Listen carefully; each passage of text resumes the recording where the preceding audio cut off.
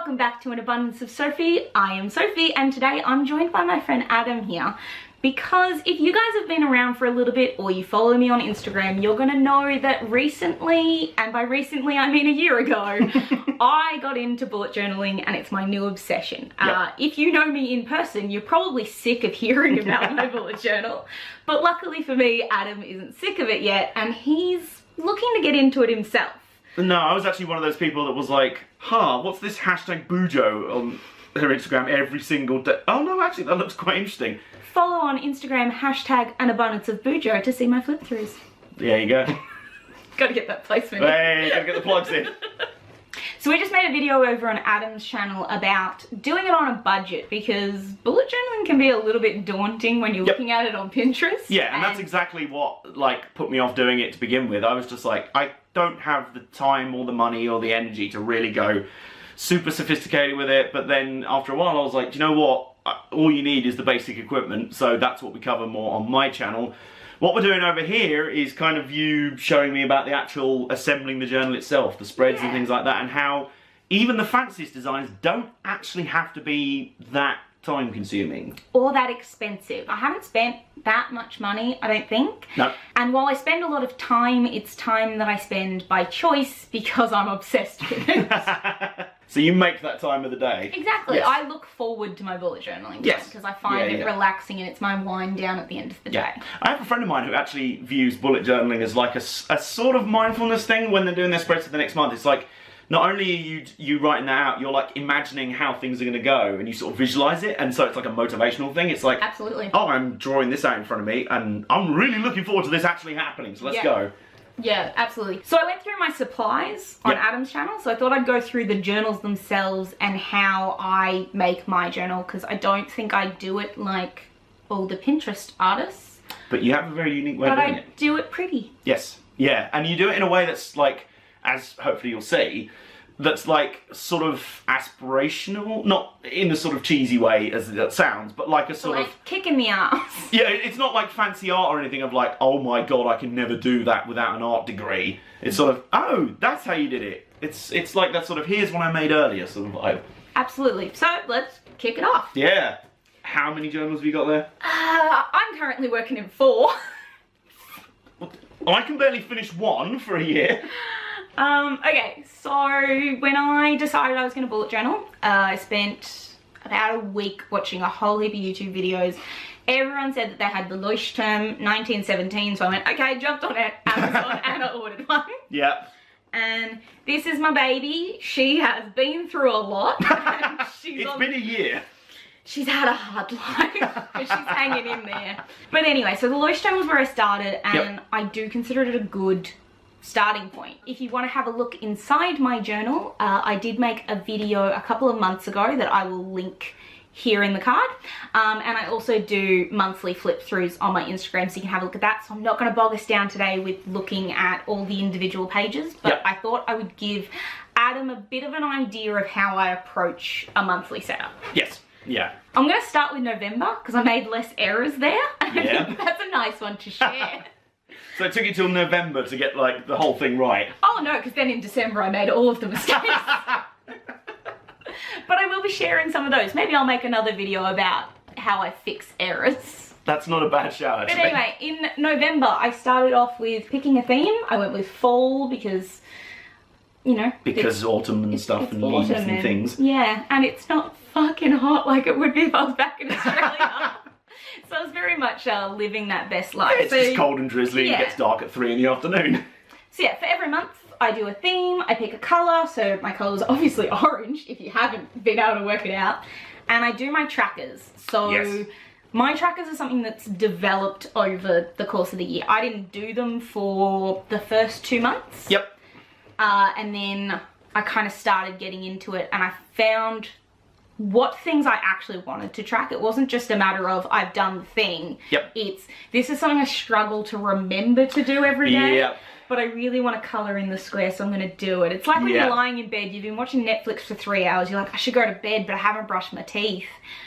And before I was tracking, I'd just fucking go to bed. But now I'm like, if I don't get up and go brush my teeth, I can't colour in the square, fine. And I'll go and brush my teeth. And that colouring in is it's satisfying. So satisfying. So, you know, I track those sort of things. I also used to do a no spend day, but I found that was just not gonna happen. So I stopped doing that. Yeah. But yeah, so that's the thing that we're going to learn, I think, along the way, or something I've learned already. Bullet journals will evolve very quickly. Exactly, and it's okay to admit that you don't need something, or that it didn't work, and you want to try it again, and just keep tweaking the system until you find what works. My weekly spreads have evolved so much over the last year. To give you an idea, guys, in March, when I went back to university, it was my first semester with a bullet journal, and I over anticipated how much work I would have. I hoped I'd have more work and that I'd do more there. So I gave myself massive amounts of space for every day, and I gave myself like space for to-do lists and readings, and I never used them. No. It was such a waste of space. I used so many pages that I didn't have to use. So jumping back to November, this is a weekly for me. Yeah. It's crowded, it's cramped. And that's 2 weeks, isn't it? That's 2 weeks across 2 pages. Yeah, there you go. But I fit everything in there. Yep. And if I don't, I just chuck it on the next day and say, I did this yesterday, but I couldn't fit it in. Yeah, and in the short time I've been bullet journaling as well, I found that if I had like, or gave myself too much room for daily or these weeklies and that, I'd fill them up with more stuff than I could actually do in a day. So, or you felt like you weren't doing anything. Yeah. You were like, oh my god, my only plan for today is to do my laundry and my groceries, but look at all of this space that I could be using. Yeah, which you're perfectly fine. If that's all you have to do today, then take it, have some self-care, do something else, you know? Exactly. And the last thing I do at the end of every month is I do a little wrap up. So I basically scrapbook what I've done. Any kind of highlights, and then that's a month for me. Yep. I'll set that up kind of in the last week of the previous month and have it ready to go. And in between, you can just transition straight in. Exactly, I'm ready to go. I maybe have some of my colouring in to do. Yep. I'll just have the lines there, so then I can put my next month's worth of work shifts in. Yep. You know, any assignments coming up, everything's ready to go.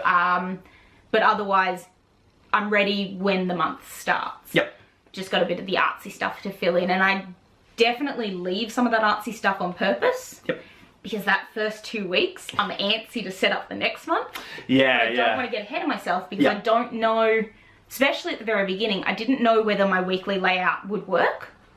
And because I tried a different layout every month. Yeah. Until I landed on the one I liked in about June, and I've stuck with it since then. Yeah, yeah. So I didn't want to There's no point doing the entire 12 months in one go. Why set up July if I didn't know if June's week was going to work? Absolutely. And then when I'm off from uni, I need less space because I do nothing. But anyway, so that's my 2018, and I have filled her up. So moving on from my kind of everyday bullet journal, I realised in about August when I was planning to head over to the UK that if I put in what I wanted to for my trip to Athens, I wasn't going to have enough space to fit the whole of 2018 in. Now, it's completely fine, and start a journal whenever you want. Start a journal on a Wednesday. Yeah. It doesn't matter. I started my current journal in August. Exactly, it doesn't matter, but I'm a little bit too OCD about it. I couldn't do it. Yeah.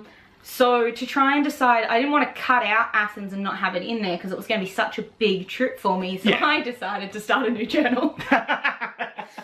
So I made a travel journal. Once again, there's actual flip-throughs on my Instagram, so you can head there and check those out. But this is one that I thought would work better for you. Ooh, okay. Because you like to put in like your train tickets and things. Yes. Which is what this is. Ooh. This is more, so in my... This is more like a travel scrapbook sort of thing. Yeah. In my regular bullet journal, I do weeklies. Yep. So the focus is on the week as a whole, and you just have little to-dos. Yep. The other type of bullet journal is dailies. Right, which, as they sound, you do them a day at a time. Okay. So you don't look at the week as a whole, you look at one day and what you're going to do on that day. Right, and I found that that led itself better to travel journaling. Yes, okay. So for every trip that I do, I put the flag in because, again, I like to be a little bit artsy. Yes, very nice. And then I just write everything that happened for the day. So it's like a sort of Dear Diary, today we did this thing. Exactly. It's a travel diary, but I didn't like all the ones at Typo that were already made for me. Yes. So bullet journaling to the rescue. Did you use this to plan any bits of your trip, or was it just chronicling the actual trip itself? I did. Right. You can see here, before I left Australia, I did my packing list, and I did like a bit of a bucket list. Right, okay. The things you really wanted to do. All the things that I wanted to see, and then as I saw them over the course of the week, I got to cross them off my list. Right, okay. I like that. And I didn't see everything on the list, but I saw pretty much all of it. Yeah. And I found it really fun. And then when I went to Scotland, I did a similar thing, but I did more of like an itinerary, because we were road tripping. So I needed to know, you know, where we were staying, where we were driving, what we were doing. So Scotland was a bit more planned out. I had a bit more of like financial planning, and just had all the details, and then again just did dailies for everything. Yep. And budgeting is a very good idea per day. Exactly. And then I also just did kind of like my monthly wrap-ups. I just did a bit of a scrapbook thing at the end. Yeah. So that's my second journal. That's also a Leuchtturm 1917. Yep, standard. The standard go-to. And I think as well, am I right in thinking that the fact that these are so specific to certain things means they're easy to keep track of? Because for me, sometimes if I have different notebooks with different things in them, I'm just like, I don't even know what to write. Yeah, there we go. Yeah. Like my brain is this little brain where it has to, you have to make things easy just to get stuff out. Yeah, and I feel like I give myself more license in my travel journal to be creative. Yes, there you go. And I feel like I can quote unquote waste pages. Yes.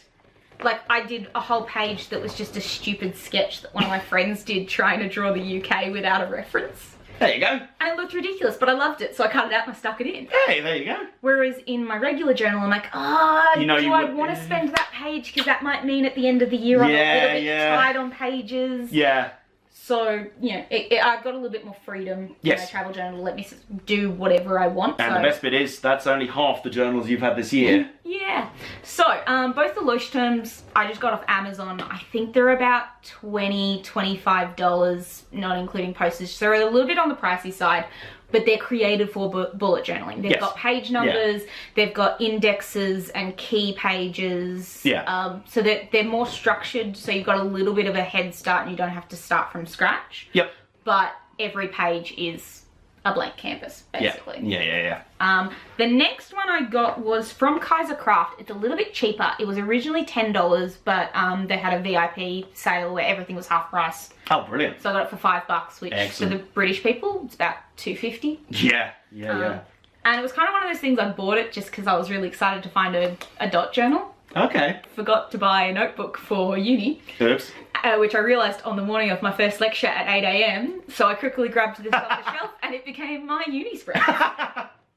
So it's nothing fancy, it's just my notes. Once again, I use my colour coding system. So as I'm flipping through, I can see exactly what I need to do. Yep. And I just made a bit of a contents spread at the start. So I've got a little bit of an index and I can go to the relevant page. But it's nice and simple, which is what you can do for your bullet journal if you want. Absolutely, Kind of the most creative thing I did was that I picked kind of a heading font style layout and used my colours.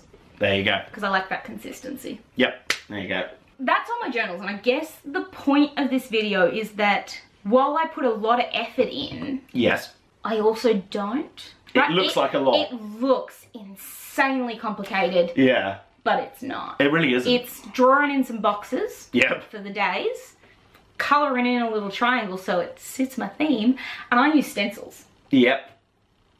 I use stencils for everything, and as you would have noticed if you were looking through my flip-throughs on Instagram, first couple of months, all hand-drawn cover pages, you know, pretty garbage, if we're being honest with ourselves. And then from that point on, it was all paste-ins. Yep. It started because I found a really nice gift card at the Reject Shop, which is our version of Poundland. Okay.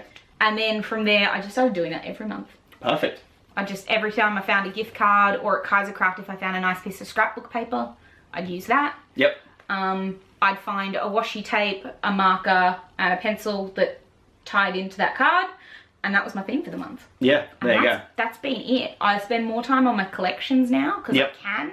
They're kind of also my filler. Once my month's set up and ready to go, I can spend the month kind of making a really nice collection page before I can start setting up the next month. Yep. But yeah, I am a huge proponent for bullet journaling. I think that everyone should do it. I know, right? I'm really subtle about it, but I think that everyone should do it. And everyone should look at my journal and tell me how pretty it is. I've done both of these things. And that is why you get to stay as my friend. Now, if you are interested in seeing our stationery / budget bullet journal challenge, you can head over to Adam's channel. It's going to be somewhere in here. Oh, well, there's not much on my channel at the moment. There's only 2 videos, but... But you're trying. Yes, I have just started a vlogging channel of my own, partially inspired by you, but, you know... I proved that you don't have to put any effort in. No, that's not... It was. But I'm over on AJV1Beta over there. I'm also on Twitter and Instagram under the same handles. And going forward, I'm going to be posting a bit about everything that's in my life, whether it be simple discussions about mental health and adventures I'm on, travels, some stuff involving trains, because I'm a bit of a train nerd. Cheese! But yeah, that's all sorts of stuff over there. It's my life. I like a lot of different things, so it'll be a bit of everything over there. It's a bit like my channel in that it's just whatever you're doing. But for those of you who have been around for a while, you might actually recognise Adam on this channel. He definitely showed up in the AFC Wimbledon series I did. What, oh like my god! 2.5 years I was ago. in those? Yeah. Oh my god! When we went to Wembley, you were definitely there at some point. First time we met. Yeah. Oh, wow. Mental. And you should definitely subscribe to Adam's channel, because at some point when he gets around to editing the footage, I will be appearing on there again, because we went on a train expedition. Yes. And I was a little shit the whole time. Yeah. So if that's not enough to convince you to head over there, I don't know what will. But anyway, that's all I've got for you today, guys. As always, please like, comment and share this video, subscribe, and for a greater abundance of Sophie, you can find me on my social medias. Cheese!